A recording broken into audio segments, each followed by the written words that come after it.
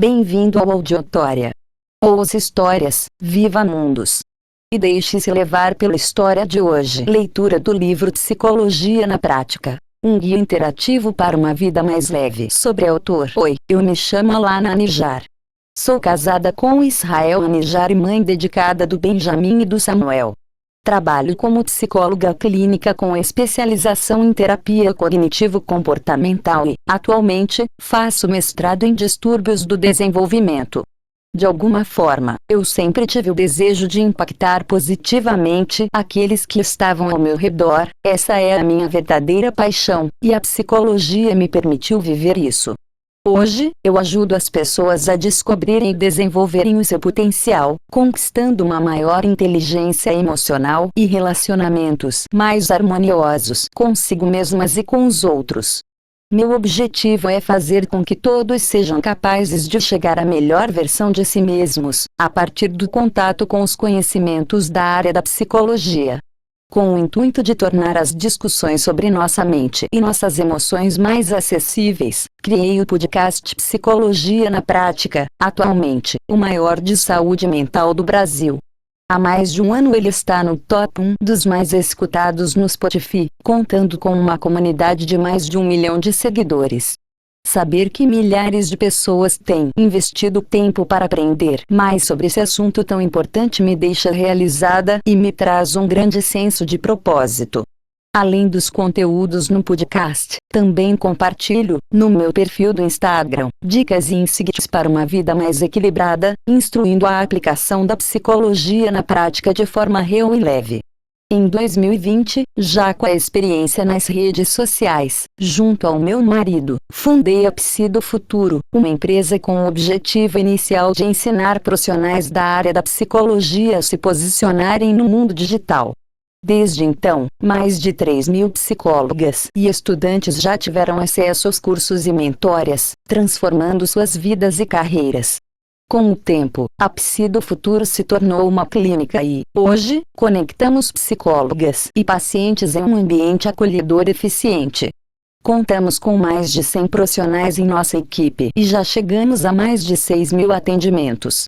Introdução. Desde que comecei a estudar mais a fundo alguns conceitos da psicologia, especialmente a terapia cognitivo-comportamental, TCC, abordagem com a qual escolhi atender aos meus pacientes, fiquei completamente encantada pela possibilidade de ter ferramentas práticas para lidar com minhas emoções e com meus pensamentos. Antes mesmo de ensinar ou ajudar alguém com o que aprendia, eu queria viver e aplicar aquelas ideias à minha própria vida. Sempre acreditei que, como psicóloga, eu não precisava ser perfeita ou dominar integralmente o meu emocional, mas deveria ser um modelo e exemplo ao lidar com essa área, mesmo que, como todas as pessoas, eu tenha desafios para equilibrá-la vez ou outra. Percebi que, à medida que eu aplicava os conceitos acadêmicos em forma de exercícios práticos no meu dia a dia, meu modo de agir era transformado e, por meio desse entendimento, minha vida mudava em todos os aspectos. Consegui me tornar uma pessoa mais equilibrada, conante e capaz, além de adquirir uma visão mais otimista da vida e do futuro. Sei que vários fatores contribuíram para isso, mas posso afirmar que a psicologia na prática ajudou, e continua ajudando, a me tornar a melhor versão de mim todos os dias. Tudo isso porque o autoconhecimento me permite compreender que a maneira como interpreto o mundo e interajo com ele é capaz de impactar as minhas emoções, ou seja, ao lidar com os meus sentimentos e pensamentos, eu consigo ajustar aquilo que desejo em minha vida.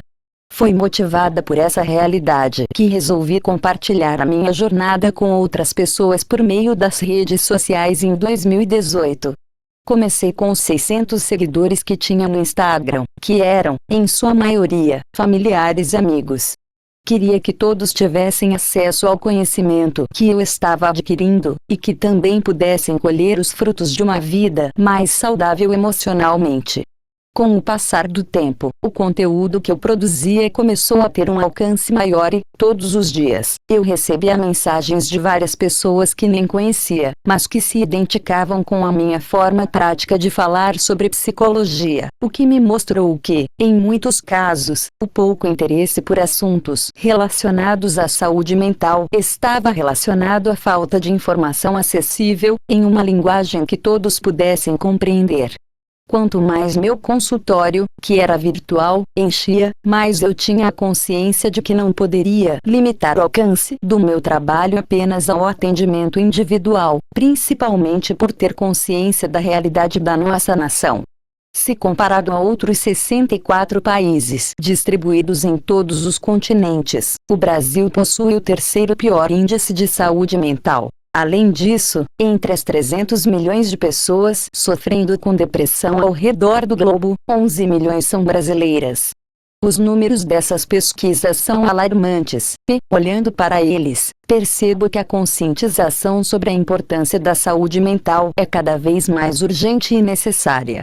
Trazer clareza sobre esse assunto e desmistificar o funcionamento dos processos mentais, de modo a aproximar as pessoas desses conceitos, para que, além de saberem o que são, possam visualizar os resultados de inseri-los em seu cotidiano e em sua realidade, tornou-se uma missão para mim.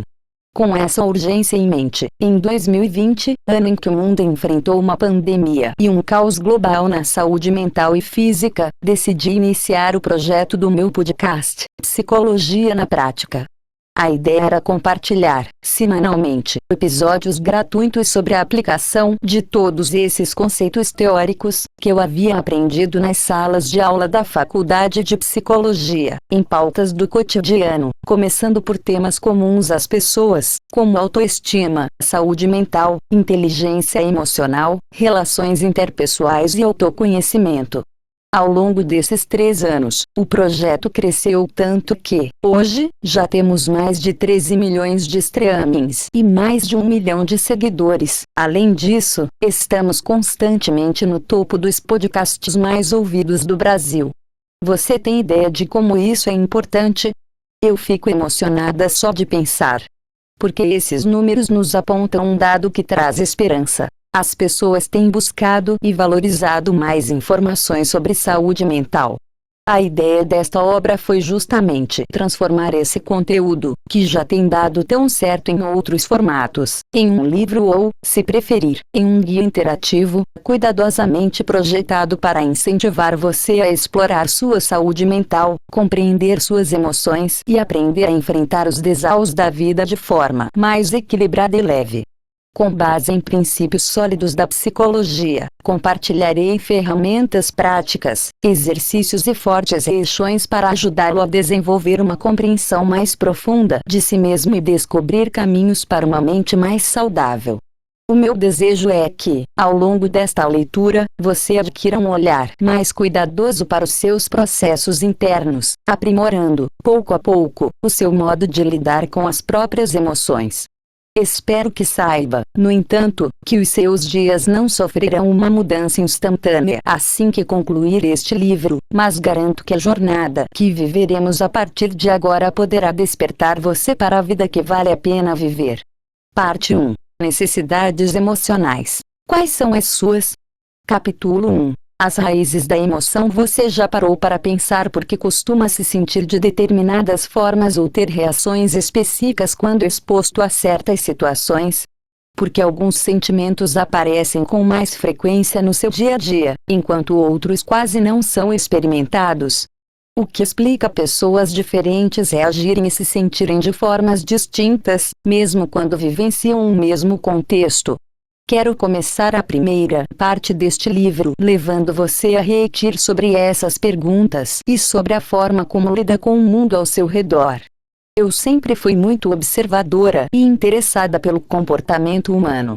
Lembro-me de que, desde pequena, eu me achava bem madura e tinha o desejo de entender a forma como os outros se sentiam. Era mais introspectiva e sensível do que as pessoas ao meu redor, mas não sabia como colocar minhas emoções em palavras. Em vez disso, guardava-as para mim e preferia não incomodar os outros. Esses sentimentos reprimidos me causavam angústia e, muitas vezes, saíam de mim por meio de doenças de fundo emocional, como a psoríase 1, que tive ainda criança. Meus pais se divorciaram quando eu estava com 6 anos de idade, e, naquele momento, vivi meu primeiro grande impacto emocional. Consigo me lembrar da profunda dor e tristeza que passei a carregar, da saudade intensa que sentia do meu pai e da dificuldade em me abrir e falar com alguém sobre o que eu sentia. A forma como tudo isso se desenrolou, na época, me fez acreditar que eu não era boa o suficiente nem amada pelo meu pai, e esses pensamentos me acompanharam por boa parte da minha adolescência. Outras crenças negativas foram sendo construídas com comentários depreciativos que eu recebia sobre minha aparência, dentro de casa e na escola. Eu ouvia as pessoas me chamarem de magricela, Olivia Palito 2, nariguda, orelhuda e muito mais. Pode parecer algo tão pequeno para alguns, mas as minhas versões criança e pré-adolescente não tiveram recursos suficientes para serem blindadas disso, então o resultado foi a queda da minha autoestima e a maneira disfuncional que comecei a lidar comigo mesma ao longo dos anos seguintes. Como nossas crenças são formadas, você, assim como eu, teve experiências no decorrer do seu desenvolvimento que impactaram o processo de se tornar um adulto. Algumas delas podem ter sido bem intensas e traumáticas, deixando marcas profundas nas suas emoções. Outras podem até parecer sutis e bobas para quem ouve, mas, ainda assim, foram capazes de moldar suas crenças de forma negativa. Compreender nossas crenças, termo que já citei algumas vezes até aqui, é extremamente importante para o nosso autoconhecimento e para a percepção da forma como vivenciamos a realidade hoje. Dentro da perspectiva da terapia cognitivo-comportamental, abordagem com a qual trabalho e sou especialista, entendemos que as crenças são a parte mais profunda da nossa mente. Se tomássemos um iceberg como ilustração, elas seriam a área submersa, e não conseguiríamos enxergá-las por fora, a não ser por meio do que vemos diariamente com os nossos comportamentos.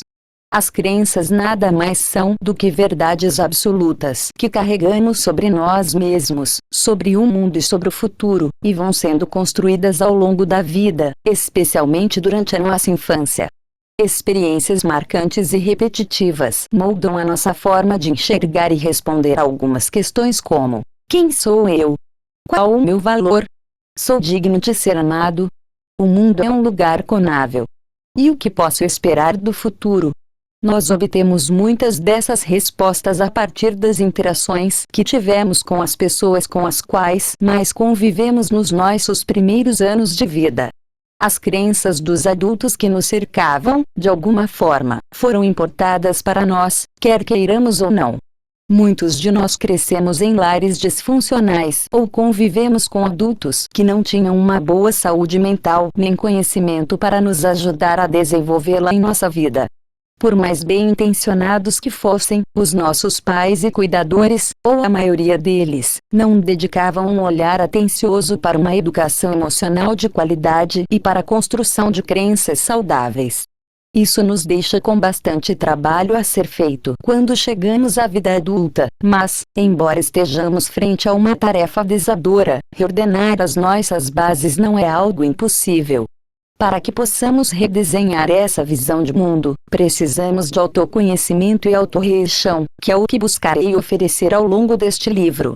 A mente e os pensamentos humanos. Permita-me apresentar a você um breve esquema de como funciona a mente humana, e logo voltaremos para a conversa a respeito das crenças. Esse esquema chama-se modelo cognitivo e foi desenvolvido dentro da teoria citada por mim anteriormente, a terapia cognitivo-comportamental, que vamos apelidar daqui para frente de TCC. Essa modalidade de psicoterapia clínica foi desenvolvida pelo médico, psiquiatra e professor Aaron Beck, nos Estados Unidos, na década de 1960. Nessa época, trabalhando com pacientes com depressão, Beck percebeu certos tipos de pensamentos que se repetiam com frequência em pessoas deprimidas e definiu como pensamentos automáticos aqueles que ocorrem espontaneamente ao longo do dia. Ele demonstrou em suas pesquisas que, em indivíduos com depressão, esses pensamentos eram predominantemente negativos e incluíam muitas distorções. Guarde esse termo, porque ainda voltaremos a falar sobre ele ao longo dos próximos capítulos. Ao continuar a pesquisa, o psiquiatra também apontou que esses pacientes tinham crenças negativas que influenciavam os sintomas emocionais e comportamentais da depressão. A grande virada de chave desse estudo foi entender que, mesmo em um quadro sério de transtorno, a forma como a pessoa pensava estava extremamente relacionada aos sentimentos e comportamentos dela, e a mudança desses pensamentos poderia gerar um efeito tão bom no estado do paciente quanto o uso da medicação, ou até melhor. Isso nos mostra que a forma como enxergamos um problema pode ser uma questão maior do que a própria situação, por mais desafiadora que ela seja. Essa ideia não foi inventada por Beck, vem de uma filosofia antiga, mas muito atual, o estoicismo. O foco desse pensamento é a busca por aprender a viver de forma plena e leve, conquistando a paz interna, tranquilidade e felicidade. Quem não quer isso, não é mesmo? Entender esse conceito fez toda a diferença na minha vida e no progresso dos meus pacientes. Na verdade, não só entendê-lo, mas realmente aplicá-lo no dia a dia. Vamos começar a fazer isso juntos agora. Pense em uma situação que tenha acontecido recentemente e que o ativou emocionalmente de uma forma negativa. Por exemplo, pode ser que um colega de trabalho tenha lhe falado algo que acabou irritando, ou que você tenha ficado triste com uma publicação que viu nas redes sociais. Descreva a situação no diagrama a seguir e busque fazer os questionamentos sugeridos para entender melhor como você chegou até o sentimento e o comportamento em questão. Quando você perceber uma alteração no seu humor, pergunte a si mesmo: o que está se passando na minha cabeça agora? Assim que possível, anote o pensamento ou imagem mental na coluna de pensamentos automáticos. O registro de pensamentos disfuncionais, RDPD, exercício que você acabou de fazer, é uma técnica muito utilizada na TCC para ajudar os pacientes a terem mais consciência sobre suas emoções, seus comportamentos e pensamentos. Aliás, falando em pensamentos, você já se perguntou de onde eles vêm? Por que você pensa de determinada forma, enquanto outra pessoa faz de maneira diferente? E por qual razão você se sente do modo que sente e visita as mesmas emoções com frequência? Acredito que até este ponto você já tenha entendido que as nossas crenças influenciam a nossa forma de interpretar e sentir o que acontece à nossa volta. Isso significa que os nossos pensamentos estão diretamente ligados a elas e, por isso, questionar-se acerca do que se passa em nossa mente é tão importante. Antes de prosseguir, e para que possamos ir um pouco mais fundo, quero convidar você a olhar para a sua história. Para isso, pare por alguns instantes e responda as seguintes perguntas. 1. Quais foram as experiências mais significativas que você teve ao longo da infância e adolescência que moldaram suas crenças atuais? 2. Que aprendizados e reflexões você pode tirar de cada uma delas? Olhando para nossa própria história, todos nós, quando nascemos, precisamos dos cuidados e da atenção total de nossos pais para que tenhamos um ambiente adequado para sobreviver e nos desenvolver, crescendo de maneira saudável. Normalmente, quando pensamos nisso, levamos em consideração apenas as necessidades associadas aos cuidados físicos, como a alimentação, o sono, a proteção e as necessidades fisiológicas no geral, e acabamos nos esquecendo de um fator de extrema importância, que influencia a formação da nossa personalidade, dos nossos comportamentos, das nossas escolhas e crenças como um todo: as necessidades emocionais básicas. Para falar sobre esse assunto, quero apresentar um estudo do Ph.D. Jerry Yang, psicólogo norte-americano que começou a desenvolver a terapia de esquemas em meados dos anos 1980. A terapia de esquemas é um estudo que visa avaliar, como um todo, os fatos ocorridos na educação e criação, considerando os primeiros anos de vida dos indivíduos, correlacionando as emoções, sentimentos e necessidades que todo ser humano precisa para desenvolver uma vida adulta saudável, sentindo-se merecedor, pertencente, valorizado e seguro. Anal, isso é o que todos nós queremos, certo? Jung classificou a terapia em determinados esquemas emocionais que todas as pessoas precisam desenvolver, ainda nos primeiros anos de vida, como uma forma de sobreviver. Isso significa que todos nós temos um instinto de sobrevivência que nos leva a procurar alguma relação entre aquilo que vivemos no passado e as situações que continuamos experimentando ao longo da nossa vida. Por esse motivo, pessoas que viveram episódios de abandono, rejeição, abusos, negligências e traumas de forma geral, por exemplo, podem reproduzir situações parecidas quando se tornam adultas. Conheço muitas pessoas que olham para suas vidas, hoje, e se perguntam: como é que vim parar aqui? Quando analisam seus relacionamentos, corpo, trabalho, estilo de vida, não se reconhecem. É possível que elas tenham sonhado e desejado algo diferente para o seu futuro, mas não perceberam que os anos se passavam de forma silenciosa. Ao vivermos no que eu costumo chamar de piloto automático, é isso que acontece. No entanto, existe um momento em que ganhamos consciência, e, por meio dessa consciência, começamos a assumir a responsabilidade pelas coisas das quais temos controle. Quem sabe esse momento está chegando para você agora. Todos temos um turbilhão de questionamentos, e as respostas para grande parte deles podemos encontrar em nossa história. Por esse motivo sou tão apaixonada pelo autoconhecimento, ele é uma ferramenta incrível. Não que eu ache que tudo se resolva apenas ao olhar para dentro de nós mesmos, mas acredito que muitas coisas não destravarão do lado de fora antes de olharmos para o nosso interior. Aqueles que não refletem sobre suas experiências e sobre a forma como foram moldados por elas têm um nível muito raso de autoconhecimento. Você já deve ter visto muitas pessoas culparem o passado por quem são hoje. O resultado disso são vidas cheias de mágoas, em que os indivíduos colocam nos pais a responsabilidade pelas faltas que têm na vida adulta. Já ouvi até pessoas falarem que a terapia fez com que elas ficassem ainda mais magoadas com o pai e a mãe, mas essa jamais é a minha intenção, e acredito que nenhum psicólogo ético e profissional tenha esse objetivo. Eu sempre costumo dizer para os meus pacientes algo que muitos outros grandes autores já falaram, mesmo que com outras palavras. Mais importante do que o que aconteceu com você é o que você faz com o que aconteceu. Quanto mais conheço as pessoas e suas vivências, mais percebo que quase ninguém passou pela infância e adolescência ileso de algum trauma, decepção, frustração, bullying, abuso, situação desafiadora na família ou problema de saúde.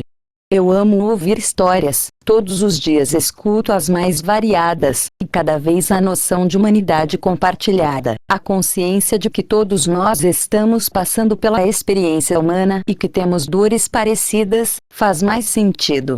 É claro que existem contextos mais difíceis e com mais consequências emocionais do que outros, mas o fato é que não podemos mudar o que nos aconteceu. Por mais que você tente, não pode trocar a sua história ou família e esquecer o seu passado. Então o que podemos fazer? Aprender a lidar com tudo isso de uma forma mais saudável e leve, aceitando que não há como mudar as necessidades emocionais básicas. Agora que já conversamos um pouco sobre nossas crenças e sobre como as nossas experiências podem influenciar as decisões que tomamos ao longo da vida, aprofundarei a explicação do que são as necessidades emocionais básicas, trarei um pouco mais de clareza sobre cada uma e o impacto que a falta delas pode ter em nossa vida emocional adulta. 1. Aceitação e conexão. A primeira necessidade básica é a de um ambiente seguro, com aceitação e conexão, o que significa que todos nós precisamos de segurança, estabilidade, cuidado e atenção enquanto crescemos. Estar em um ambiente onde nos sentimos amados, protegidos e valorizados gera a crença de que podemos confiar nas pessoas. Quando esse tipo de necessidade não é atendida, surgem marcas na vida adulta, especialmente se relacionarmos tal falta a um ambiente instável, em que os pais ou os cuidadores saíram de casa repentinamente, por exemplo, ou, ainda, a um ambiente hostil, em que havia abusos e negligências. O resultado de situações como essas, infelizmente, são pessoas que sentem medo de que os outros as machuquem, carregam certa desconfiança e se distanciam das relações interpessoais. Essa necessidade diz respeito à qualidade da conexão emocional que seus cuidadores estabeleciam com você. Muitos pacientes que atendi tiveram pais distantes e frios, que não demonstravam afeto. Um ambiente assim pode gerar adultos mais carentes, que se sentem vazios e desconectados do mundo à sua volta, além de terem a sensação de solidão e dificuldade para se conectar e demonstrar afeto por outras pessoas, evitando um contato mais íntimo e profundo. 2. Autonomia e competência. No que se refere à necessidade de autonomia e competência, existe uma forte relação com o senso de identidade, de saber quem somos e quais são as nossas capacidades. Isso inclui, principalmente, sentir-se apoiado nos primeiros anos de vida, seja nos estudos ou nos problemas do cotidiano, sendo encorajado a encarar desafios e responsabilidades. Percebe-se que crianças que não foram encorajadas pelos adultos responsáveis a terem autonomia têm uma tendência a se tornarem muito dependentes e inseguras. Talvez você tenha tido pais que o protegiam demais e não deixavam você fazer nada sozinho, porque sentiam muito medo e o transmitiam a você. Isso pode ter lhe tornado um adulto que se considera incapaz e incompetente, necessitando de apoio a todo momento.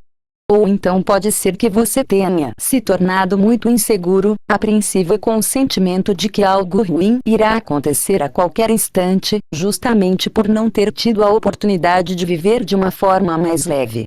3. Limites realistas. A falta de limites, vinda de uma grande permissividade na infância, pode ser muito prejudicial. Muitos pacientes que atendo hoje que reclamam da dificuldade para ter disciplina, desenvolver uma rotina e fazer o que precisa ser feito mesmo sem vontade, têm histórias nas quais essa necessidade emocional não foi atendida. Os pais eram muito permissivos, a casa não tinha regras nem horários e a criança podia fazer o que quisesse.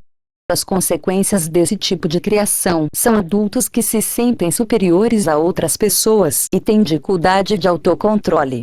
Enquanto um extremo de inexibilidade não é saudável, esse outro lado também não contribui para uma vida adulta madura e funcional.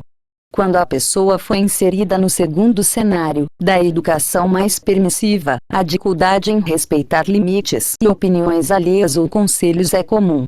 4.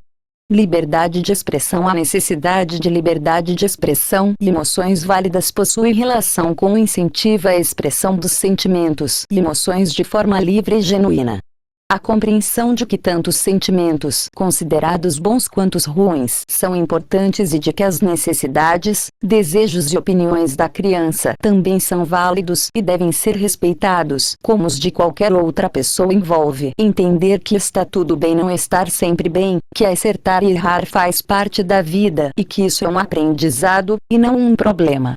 Também é reconhecer a importância de saber lidar com os conflitos internos e com os conflitos que podem surgir socialmente, além de não negligenciar o próprio posicionamento. Para além disso, há a necessidade de expressar o que se sente sem precisar temer uma punição.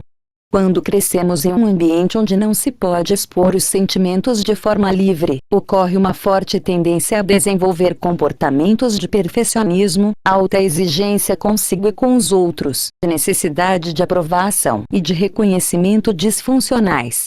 5. Espontaneidade e lazer. Esse aspecto tem relação com o fato de que, quando somos crianças, precisamos de espaço para errar, brincar e ser espontâneo sem julgamento.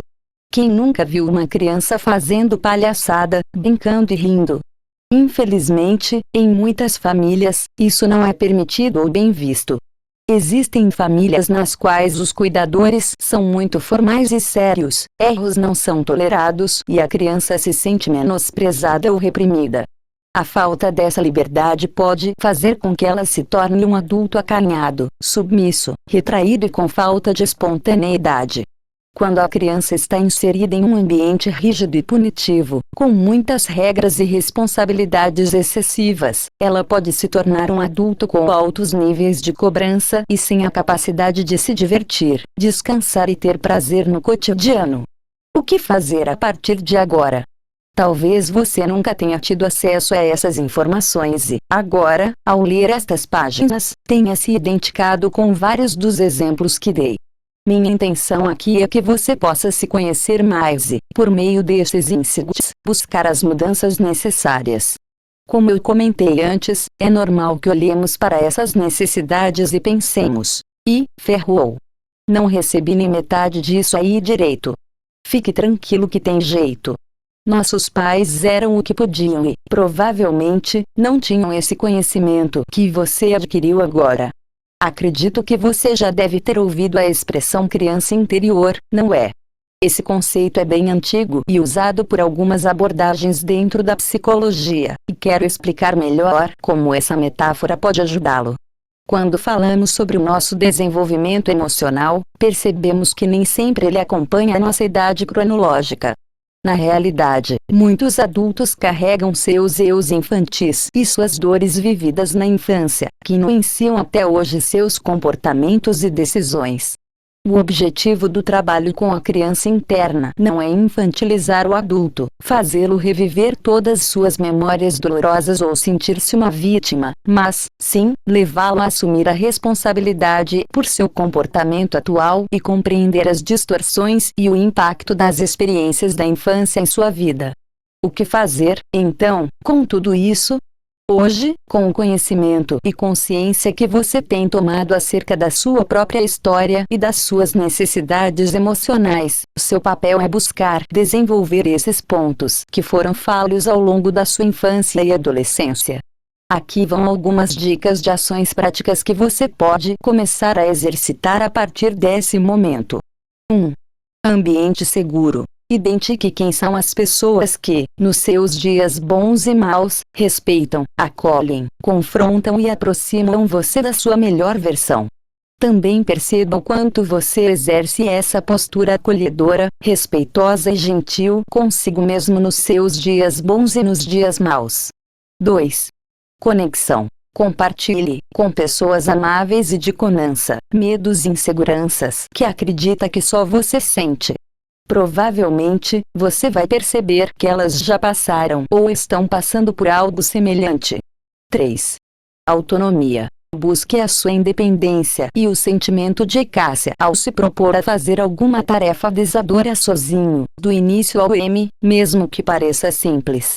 Talvez seja ir a um café, cinema ou parque sem companhia, ou resolver algum problema que normalmente pediria ajuda para solucionar. 4. Liberdade de expressão. Sabe aquela história de que o não você já tem? Então experimente comunicar seus sentimentos e necessidades para aumentar a chance de ser compreendido e receber o apoio e suporte que precisa. Lembre-se de que o comportamento do outro não está sob seu controle. 5. Limites. Dê uma ação simples e negociável, que seja possível manter todos os dias, mesmo sem vontade ou motivação, mas que seja importante para você. Pode ser tomar uma certa quantidade de água, meditar por 10 minutos ou esperar 1 hora para comer um doce após o almoço. Mais importante do que o que aconteceu com você é o que você faz com o que aconteceu. Encerramos mais um capítulo de conhecimento aqui no Auditória. Que essas ideias te acompanhem no dia a dia e ampliem sua forma de ver o mundo. Curta, compartilhe e inscreva-se. Novos aprendizados chegam toda semana.